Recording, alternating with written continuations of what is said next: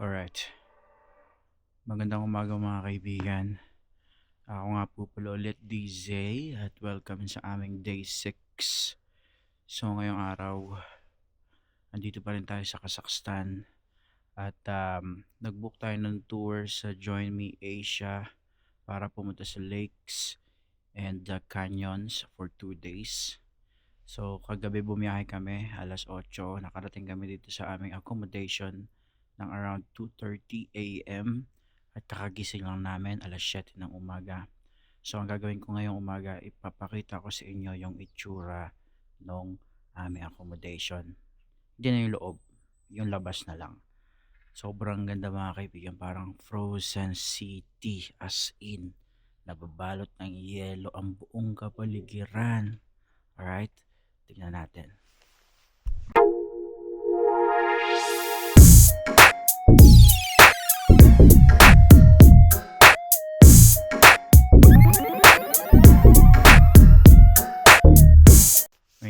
May kita yung likod ko. Ayan. Yung bundok sa likod. Mga kabahayan. At tinaming paligid. Diba? Sobrang frozen. Yung kotse nila sa harap, frozen na din. Tingnan natin. Yan guys. So, diba? Puro yelo na. Tingnan mo yung kapaligiran. Mga yelo.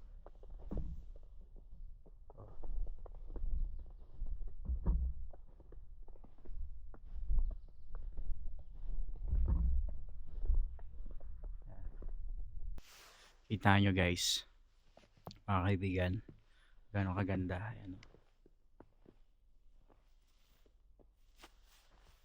Meron ditong maliit na cute na truck eh. Pakita ko sa inyo. Ayan, ang cute na truck. Cute na truck. Di siya truck, van. Cute na van. Sobrang ganda. Shish. Libot muna tayo, tapos picture tayo. Alright guys, so yun na nga. Tuloy natin ang kwentuhan. So, dahil nag-freeze ang buong paligid, ang suot ko ngayon, bonnet, gloves, jacket na makapal, tapos meron pa akong normal sweater sa loob at heat tech sa loob. Okay, sa pambaba naman short, boxer, heat tech at isang parang pajama na medyo makapal. Alright, so yon, frozen na frozen, nakakamangha.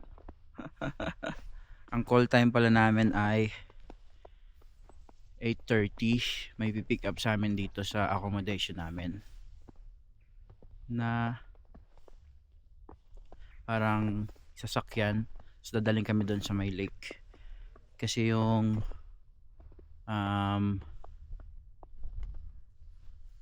bus na sinakyan namin kagabi ay hindi pwedeng pumasok doon. Guys, ang ganda guys. Oh.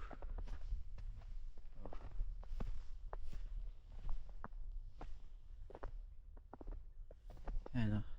Sheesh. Sobrang ganda.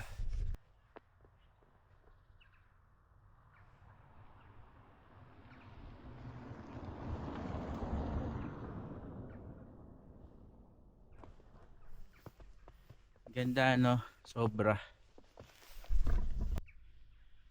Itong ganitong experience, isa sa pinakamasasarap na experience sa buong mundo. Yung ganitong scenario, sa ano ko lang na papanood to sa cartoons, sa movie, sa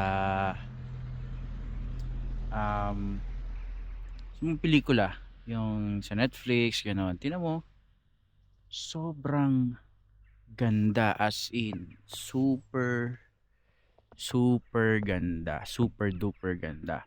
Ang naging problema ko lang dito sa malamig ay yung balat ko, ang hapdi, tsaka yung labi ko sa loob ng 6 days dito sa malamig, nagka-crack na siya, nagsusugat.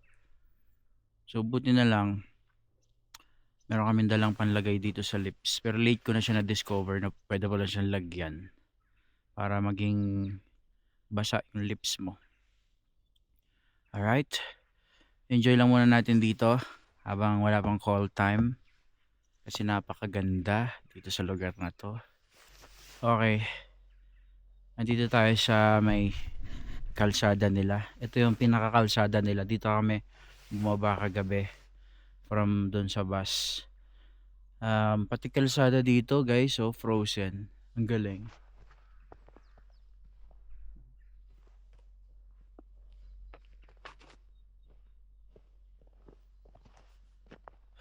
Sobrang ganda. Shit. Ganitong senaryo yung masarap balikan sa buhay, no? Sa Pilipinas, walang ganito. Sa Dubai, walang ganito. Dito lang. Dito lang, guys. So, 4 hours lang to from Dubai. Pero, kung makikita nyo, shit. Para siyang Christmas village. May kabayo dun, no? Ang astig. Nakain ng damo. Tingnan natin. Ito, no? Itong banda. Ayun, no? Nakatayo. Parang masarap tumira dito na hindi. Kasi, parang isolated area na siya. Tapos, walang maingay na kapitbahay. Walang chismosang kapitbahay kasi lalamigin. Aray, sakit na naman ang lips ko.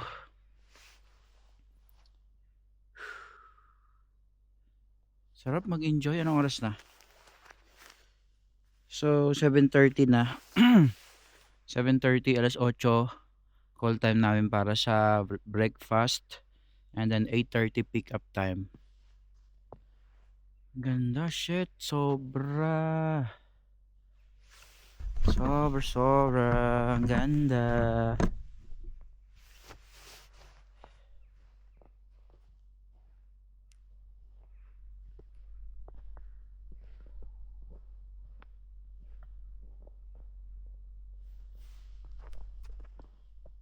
Alright guys, babalik na ako doon sa aming accommodation.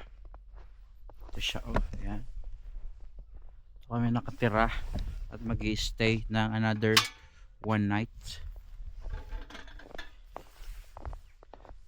So ang total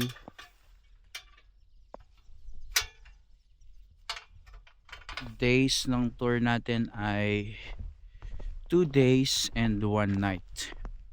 Pero kagabi umalis na kami. Lamig.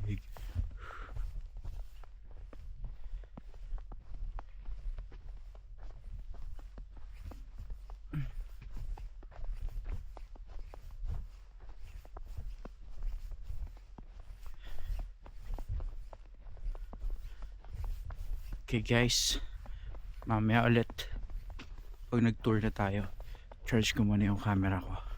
Pero sa separate video na siya. Alright, let's go.